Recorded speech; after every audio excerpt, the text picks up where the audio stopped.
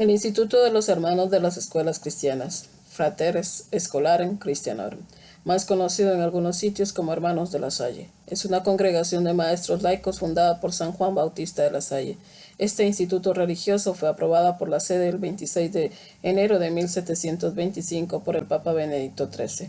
La congregación reúne a cerca de 7.100 hombres y educa a cerca de 1.000.000 de alumnos en más de 85 países. Ha sido la única congregación religiosa que obtuvo su permiso por medio de una bula papal por el hecho de ser una congregación muy diferente a las demás, y su fin es la educación de la niñez y de la juventud. Anterior a la aprobación papal, obtuvo las letras patentes el 28 de septiembre de 1724, otorgadas por Luis XV, las cuales le permitieron su posterior aceptación.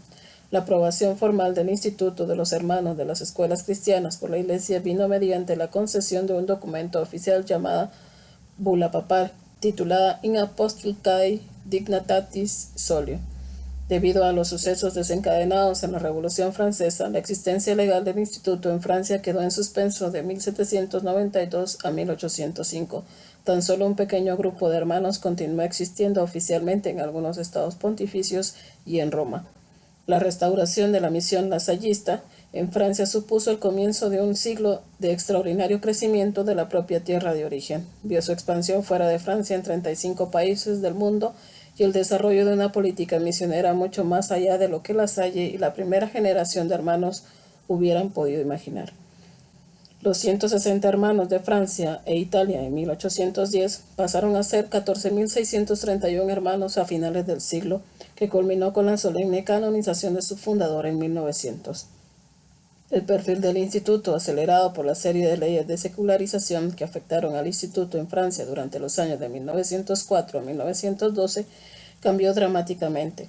Las escuelas a menudo apresuradamente fueron obligadas a cerrar, como consecuencia de una severa legislación contra las congregaciones religiosas que se responsabilizaban de ellas. Frente a estas prohibiciones, algunos religiosos se prepararon para renunciar a algunos aspectos de su vida pasada y así poder salvar las obras. Otros consideraron que esto era una traición, incluso una apostasía, y procuraron continuar su vida religiosa y su apostolado fuera de Francia. El sur de Bélgica, Canadá, España, fueron al principio los principales beneficiarios de la expatriación. Josh Rigaud menciona en su libro Historia General de los Hermanos de las Escuelas Cristianas el ímpetu dado a las comunidades ya existentes en Argentina, Ecuador y Egipto por estos hermanos autoexiliados, al igual que ocurrió con los que resultarían ser los nuevos distritos, provincias religiosas de Brasil, Panamá, México, África del Norte y Austria. Después de 1966, cuando el instituto tenía el mayor número de miembros de toda su historia, vino un periodo de rápido declive, en cuyo transcurso el número de hermanos disminuyó radicalmente. Por razones diversas decidieron dejar el instituto. A la vez, se estaba dando una notable disminución en el ingreso de sus nuevos miembros, de manera que los números totales de 1986 venían a ser la mitad de lo que existían 20 años antes. Y sin embargo, paradójicamente, las obras apostólicas de las que el instituto era responsable en 1986 eran más numerosas en razón del crecimiento de la familia lasallista. Actualmente el Ministerio de los Hermanos se desarrolla junto a 60.000 colaboradores seglares y a más de 750.000 alumnos en 85 países. San Juan Bautista de la Salle nace el 30 de abril de 1651 en la ciudad de Reims, Francia. Su padre, Luis de la Salle, magistrado íntegro, es consejero del rey Luis XIV. Su madre, Nicolesa Moet, pertenece a la nobleza campesina de Champagne. Él es el mayor de 10 hermanos, pero 4 de ellos mueren siendo muy pequeños. Al encontrarse en el seno de una familia cristiana, siente desde temprana edad el deseo de consagrarse a Dios. Pide la autorización de sus padres para recibir la tonsura y encaminarse así el estilo de vida eclesiástico. Los padres aprueban con gusto la decisión y a los 11 años recibe la tonsura. Es un muchacho notable. El gusto por el estudio desde pequeño lo llevó a conseguir el título de maestro en artes. A los 16 años recibe premios en la escuela, por lo que un tío suyo, canciller de la universidad, Heredó su canonigía en la Catedral de Reims, lo que significaba cierto prestigio al tener beneficios sociales y económicos. En 1668 inicia sus estudios teológicos en Reims, los cuales continúan en el seminario de San Sulpicio en París, pero la pérdida inesperada de ambos padres toma un breve tiempo entre uno y otro, lo hace regresar a Reims en 1671, para encargarse durante 4 años de la tutela de sus hermanos. Es ordenado sacerdote al recibir el grado de licenciado en teología en 1678. Alrededor de esa fecha se convierte en buen amigo del canónigo Nicolas Roland, que era su director espiritual y quien había fundado una congregación de religiosas dedicada a la educación de las niñas. Al morir el canónigo, Roland le encarga a La Salle el cuidado de dicha congregación recién fundada, llamada las Hermanas del Santísimo Niño Jesús, pero no tiene ninguna aprobación episcopal y menos las letras patentes del rey. La Salle queda designado como ejecutor testamentario del canónigo Roland y en poco tiempo obtiene todas las autorizaciones deseadas. A pesar de la solicitud de varios amigos de Roland, rehúsa absolutamente a emprender para los varones una obra parecida a la que acababa de asegurar con las niñas. Esa preocupación no parecía perturbar su espíritu. Las escuelas no le interesaban directamente, pero la historia apenas iniciaba. Adrien Niel, cómplice de la conducción de Dios en Reims. Adrien Niel, el hermano, tenía 58 años, hacía 22 que era responsable del sistema escolar del Hospital de Rouen. La tradición de ayuda entre el grupo de Barré y de Roland en torno a la educación de las niñas había comenzado en 1675. Las dos fundadoras de la obra de Roland tenían su origen en el grupo de Barré y quería hacer lo mismo con los varones. La señora de Malifer, pero al mismo tiempo una parienta de Roland, de La Salle, la señora Jean de Bois, casada con Malifer, en 1648, un comerciante de paños, rica y caritativa, apodada la madre de los pobres por los vecinos de Rouen, viendo que las necesidades educativas de los varones pobres de Rouen estaban bastante atendidas, decidió dar dinero para abrir una escuela en Reims, ciudad de sus orígenes familiares. Ella ya había dado la pensión de 200 libras para fundar la escuela, que animaba a las hermanas de la Providencia de Natal, y era muy amiga de las superiores de las hermanas de Anne-Lebeau. Esta señora vio en Adrien Niel un hombre lleno de celo y rectitud, flexible y capaz de incidir sobre otros. Esto había sido unos años antes, en 1674, cuando Nicolas Roland todavía vivía. El asunto comenzó parecido a naufragar con su muerte, pero no fue así, gracias a él. Estamos en marzo de 1679 y la primavera todavía no llega. Allá fue entonces nuestro Adrien Niel, hombre de emprendedor, pero de proyectos claros, un hombre de carácter activo, siempre listo para romper el hielo e iniciar cosas nuevas, alguien muy distante del simpático inconstante que muchas veces se ha querido pintar. No iba improvisando, lo tenía decidido. En septiembre de 1678 tomó un maestro más en la comunidad y lo fue formando hasta su partida. Además de ese mes constituyó una renta vitalicia a su favor en la administración del hospital. Tardaron un mes en aceptarla. Parece que incluso se dio una vuelta en Reims en Navidades como para semblantar la cosa. No iba desprovisto. Llevaba 2 cartas desde la señora de Malifer para la señora superiora de las hermanas de los niños de Jesús y para el señor de La Salle, un canónigo de apenas 28 años que colaboraba con las hermanas de su fundación. No iba solo porque tenía un proyecto claro. Lo acompañaba un joven maestro de 14 años formado por él. Cristóbal era su nombre, según lo suponemos por el registro de difuntos de la comunidad lasallista de los orígenes. Es algo así como el primer hermano de la comunidad de los hermanos de las escuelas cristianas que aún no ha nacido. Es como la promesa y el prototipo de lo que estaba por nacer. El encuentro de Adrien Niel y San Juan Bautista de La Salle. Era el 9 de marzo de 1679. Niel, Cristóbal y La Salle se encuentran en la puerta de la casa de los hermanos fundados por Roland. Muerto Juan Bautista de La Salle había quedado encargado de terminar los trámites de la fundación y en eso andaba. Entre todos los negocios de Roland conocía el asunto pendiente de las escuelas para varones que tenía con su prima y con Niel.